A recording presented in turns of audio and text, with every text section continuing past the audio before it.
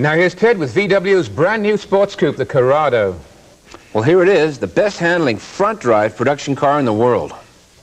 I realize that's quite a boast. There are a lot of superb front-drive automobiles out there and plenty of competition for the title.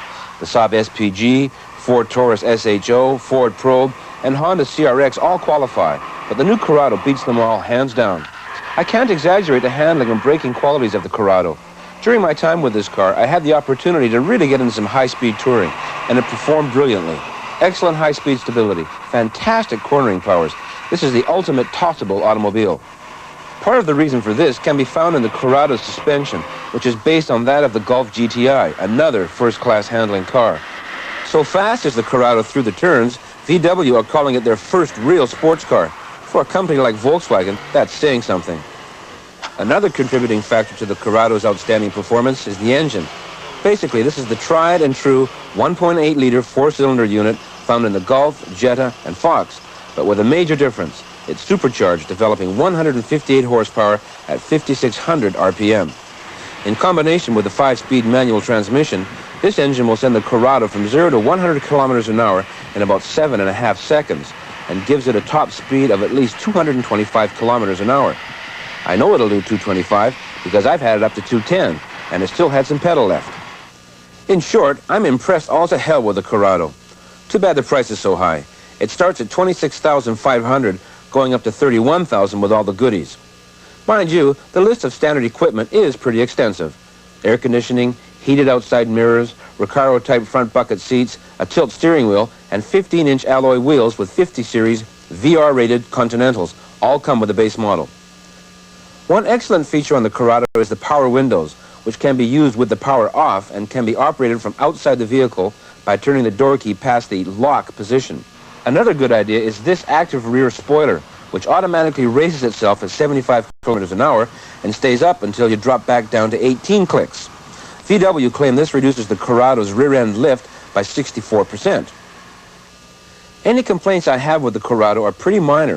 First and foremost, I find it a difficult car to get in and out of. It's definitely worth the struggle, but still. And although I think the supercharger is a great idea, this remains a pretty slow car during low revs. If, for example, you exit a high-speed turn with your engine speed below 2,500 RPM, the car is a little slower than it should be. I have some misgivings about the car's styling. It strikes me as being a little clumsy, depending upon which angle you're looking at.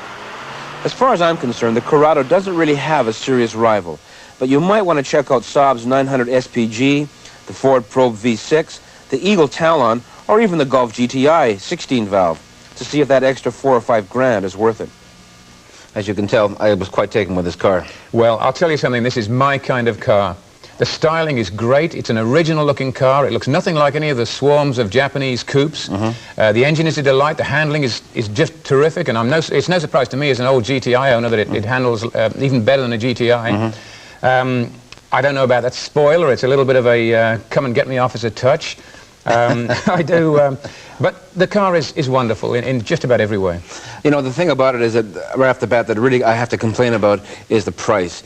This car, as far as I'm concerned, should be coming into Canada at about $5-6 grand less than it is, because they're not going to sell very many. I mean, would you spend $27? I do like the car. I hate to say that I would spend the money on it. It's got a lot of things on it that many of the rivals, and I'm afraid that the rivals, as you say, are cheaper. You're talking about the $17,000 to $22,000 Preludes and cars like that. You know, the new Celica and so on. And this is going to be the problem for the people out there who want a really first-rate German-engineered sports car. Well, having said, depending about the price, there's one thing about this car that I really want to emphasize. It has something that is hard to convey to people. It's hard to communicate. What it has is it has the right feel to it. It just feels very good in every way. It's something you can't even put your finger on it. You get in the car and you buckle yourself and you say, yeah, this is good. This is a good car. Well, that's true. Well designed. It's got that feel that BMW coupes have and so forth. It's just a wonderful feeling car. The performance is outstandingly good. The handling is excellent. What more can I say? The finish is good too. I think we should say that the layout of the controls and the fit of everything, the choice of materials inside is of the very highest order. There's one funny thing about the car. The Americans, I don't think the American version gets anti-locking brakes, but we can. You can That's order, quite you can order true. it. And you know, sometimes that's a very expensive extra, and I think there's no competitor to this car, to my knowledge, that has ABS. and this one does, and it's a tremendous safety feature that'll keep you out of all kinds of trouble with a performance car. Yeah, like it's this. interesting that Volkswagen went with a supercharger on this, what they call the G60, Right. as opposed to a turbo. I'm glad they did, although, as I mentioned, I really feel that it could use more poop in Low-end punch. yeah. Well, what it does have, of course, typically of high-revving multi-valve engines, whether they've got turbochargers, superchargers, Right. or whatever, all the power is up top, and so you've got to keep the revs up if you want to keep the car moving pretty well. That's a bit of a shame. There is a V6 coming along at some stage. I don't know whether we'll get it in Canada, but this car is coming along, and it should have lots of low-end torque yeah. for those who want it. So basically, we agree on this car. Okay, to sum up, what we did and we like, not much. We're not crazy about the price, could be a little cheaper. On the other hand, we love the way this car performs, and its high-speed stability is very good. Styling, well, 8,000.